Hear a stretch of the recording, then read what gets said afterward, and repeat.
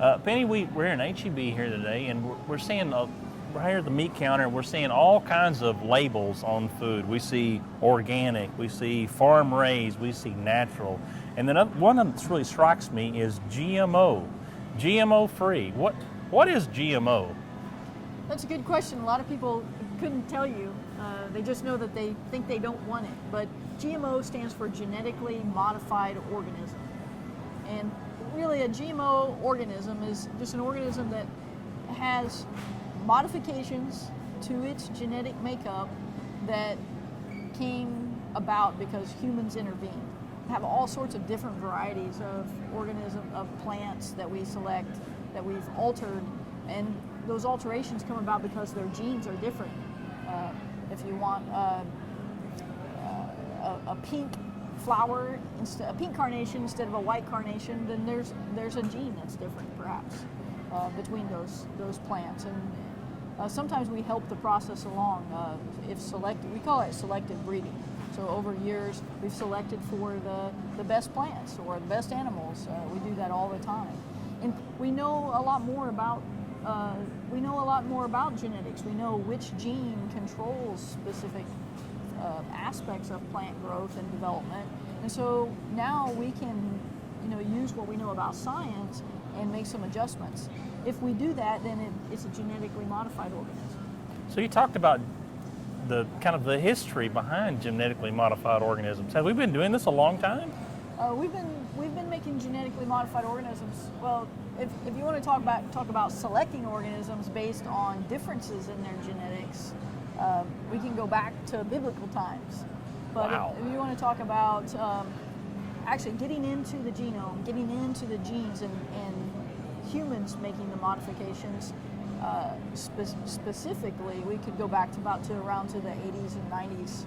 But now we have some tools where we can put some specific genes in, and we have quite a few numbers of plants that since the 80s and 1990s have been adopted, and some have been adopted very widely today. Okay, we have genetically modified organisms. What's genetic engineering? Genetic engineering is really a sort of a common term where that's how we make genetically modified organisms.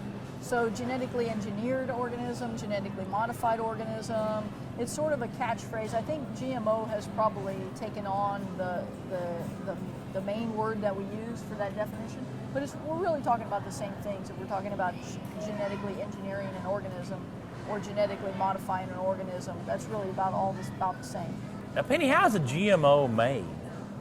Well, there's a number of different ways, but some of it starts in the laboratory, and we know enough about genetics and genomes now that we know the sequence. So all of the genes that we talk about, we start talking about the genetics of an organism, we're talking about a gene, and a gene is the instructions or the letters for making the proteins that are the building blocks in our cells. Once we know that sequence, we can work with it in a laboratory, and we can make modifications to it. And that sequence is just letters, A, C, G, and T. There's only 4 letters in our genome alphabet. And so if I want to make a change in a plant, say for example, and I want to make a small change, I can alter those letters. Or suppose I know that in spinach are very resistant to a virus that affects citrus plants. I know what that gene is in spinach, and maybe I want to move it to a citrus plant. I can go in the laboratory, I can use some laboratory tools, and I can go in and I can get that gene, and I can maybe take the spinach gene and put it into a grapefruit, perhaps, if I wanted to. And it takes on the hereditary characteristics of that plant that it came from, or whatever it was resistant to.